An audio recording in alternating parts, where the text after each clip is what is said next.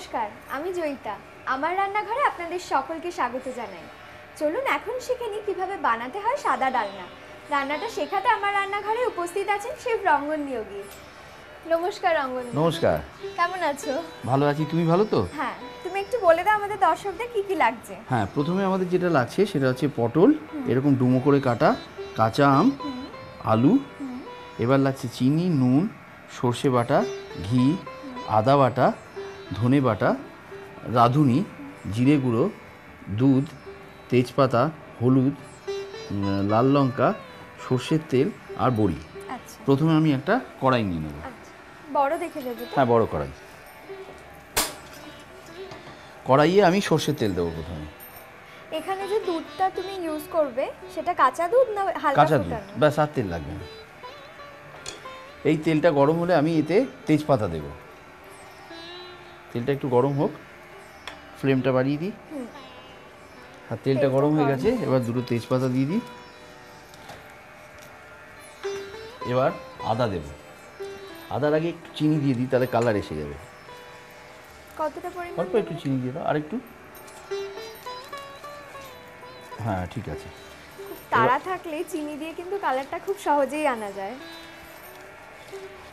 চিনিটা গলে গেলে আমরা আদা দেব। হ্যাঁ, আদাটা অনেকটাই লাগবে, কারণ নিরামিষ রান্না তো আদার উপরই হয়। হ্যাঁ, একটু দেবো? ব্যাস, এটাই হয়ে যাবে। হ্যাঁ, এবার আলু দিয়ে দাও।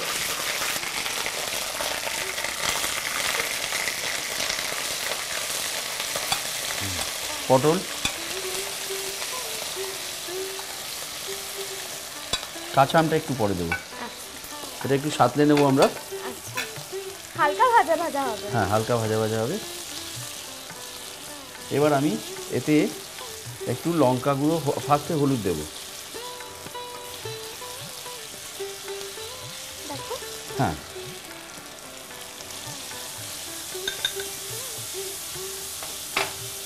লঙ্কা গুঁড়ো দেবো। হ্যাঁ, লঙ্কা গুঁড়োটা আরও লাগবে, আরও লাগবে। মানে বেশ ঝাল করেই হ্যাঁ। রান্নাটা হবে। ব্যাস, এবার নুন দেবো।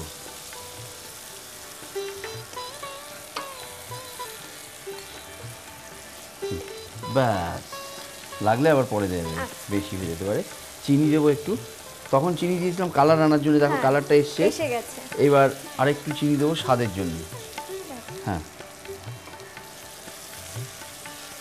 এবার আমি আগে ধনেটা দেবো। ধনে বাটাটা। ধনে বাটাটা দিয়ে দাও। দেখো, এতটা দেবো? হ্যাঁ, দাও। এইবার আমরা এর মধ্যে সর্ষে বাটাটা দেবো। আচ্ছা, এর মধ্যে চাইলে রঙ্গনদা আর কি কি সবজি আমরা দিতে পারি? পটল দেওয়া আছে, ঝিঙে দেওয়া যেতে পারে। আচ্ছা, আর দেবো? হ্যাঁ, আরেকটু দাও। ব্যাস, কষা হয়ে গেছে, দেখো তেলটা উপরে ভেসে তেলটা উঠেছে, ছেড়ে দিয়েছে। তার মানে মশলাটা আমাদের হয়ে গেছে। আচ্ছা, এইবার যেটা করবো, এখানে একটু জল দিয়ে দেবো সবজিগুলো একটু সিদ্ধ সেদ্ধ হওয়ার জন্য। ব্যাস, আরেকটু জল দিই। হ্যাঁ, এটা সেদ্ধ হোক, ততক্ষণে আমরা একটু ঢাকা দিয়ে দিই। আঁচটা একটু কমিয়ে দেবো, যাতে সেদ্ধ তাড়াতাড়ি হয়ে যায়। সিমে দিয়ে দেবো। গ্রেভিটাও যাতে না শুকিয়ে যায়। হ্যাঁ, এক্স্যাক্টলি। দেখে নি কি অবস্থা। হ্যাঁ, হ্যাঁ, এটা হয়ে এসছে মোটামুটি। এবার আমরা যেটা করব, কাঁচা আমটা দেবো এতে। কাঁচা কাঁচা আমটা দিয়ে দাও। একটু সিদ্ধ করা আছে কি? না না, এমনি এমনি কাঁচা? কাঁচা আম। এবার একটু জল দেবো।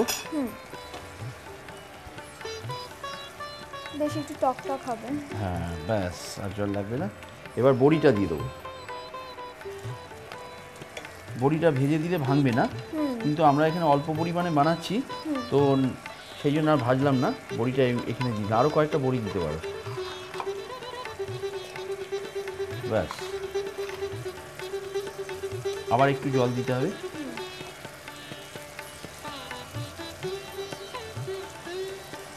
দেখো, ব্যাস, এবার ঠিক আছে। এটা সেদ্ধ হতে থাক, ফোড়নটা আমরা বানিয়ে ফেলি। কি দেবো তোমাকে? ছোট কড়াই দাও, ফ্লেমটা অন করে। এবার আমি এখানে ঘি দেবো। ঘিটা আগেই গলিয়ে রেখেছিলাম।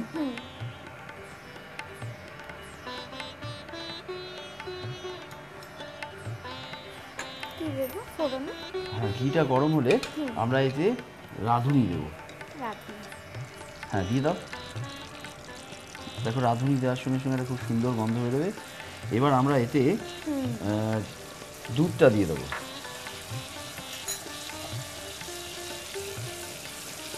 দিয়ে দাও, সাবধানে ছিট করতে পারে। দেখো কতটা। হ্যাঁ, দিয়ে দাও। সম্পূর্ণ? হ্যাঁ, সম্পূর্ণটা দিয়ে দাও। জিরে গুঁড়ো দাও। ভালো করে নাড়াতে হবে যাতে তেল আর দুধ যতটা পারে মিশে যায়। জিরে গুঁড়ো দিয়ে দাও, আরও দাও। জিরে ফ্লেভার, জিরে রাঁধুনি দুধ মিলিয়ে খুব সুন্দর ফ্লেভার অ্যান্ড টেক্সচার আসবে। দেখো আর দেবো? ব্যাস, ঠিক আছে। এটা হতে হতে আমি দেখে নিই এখানে কি অবস্থা। এখানে ফুটতে শুরু করে দিয়েছে। হ্যাঁ, এটা হয়ে গেছে। বড়িগুলো আলুগুলো সব নরম হয়ে গেছে। এবার আমরা এই গ্যাসটাকে অফ করে দেবো। এই ফোড়নটাকে এর ওপরে দিয়ে দেবো। দিয়ে এটাকে একটু নাড়িয়ে, মানে এটা আমরা তো ভাতের সাথে এক্স্যাক্টলি খেতেই পারি। ভাতের সাথেই খেতে হয়। সাদা ডালনা আমাদের মোটামুটি হয়ে গেছে। তুমি একটা সার্ভিংয়ের জন্য বাটি, আপনারা ইচ্ছে করলে বড়িটা ভেজে নিতে পারেন, কিন্তু আমি অল্প পরিমাণে বানাচ্ছি বলে বড়িটা না ভেজে ডাইরেক্ট দিয়ে দিলাম। তো অফ করে দিলাম গ্যাস, তো হয়ে গেছে। এর মধ্যে একটা চামচ দিয়ে দাও, তাহলে ফেটে যেতে পারে। আচ্ছা, উল্টো করে। একটা ভালো টিপস আমাদের তুমি দিয়ে দিলে। এবার আর এটা ফাটার কোনো চান্স নেই। খুব গরম তো। খুব সুন্দর একটা গন্ধ বেরিয়েছে। পরে ফোড়নটা দেওয়ায়। হ্যাঁ, এইবার আমি উপর থেকে একটু জাস্ট জিরে গুঁড়ো দিয়ে দেবো। চামচটা বের করে নাও। আমাদের সাদা রান্না তৈরি। অনেক ধন্যবাদ রঙ্গনদা। শিখে গেলেন তো কিভাবে বানাতে হয় সাদা ডালনা? এরকম নানা ধরনের রান্না শিখতে চোখ রাখুন আমাদের ওয়েবসাইটে। ভালো থাকবেন।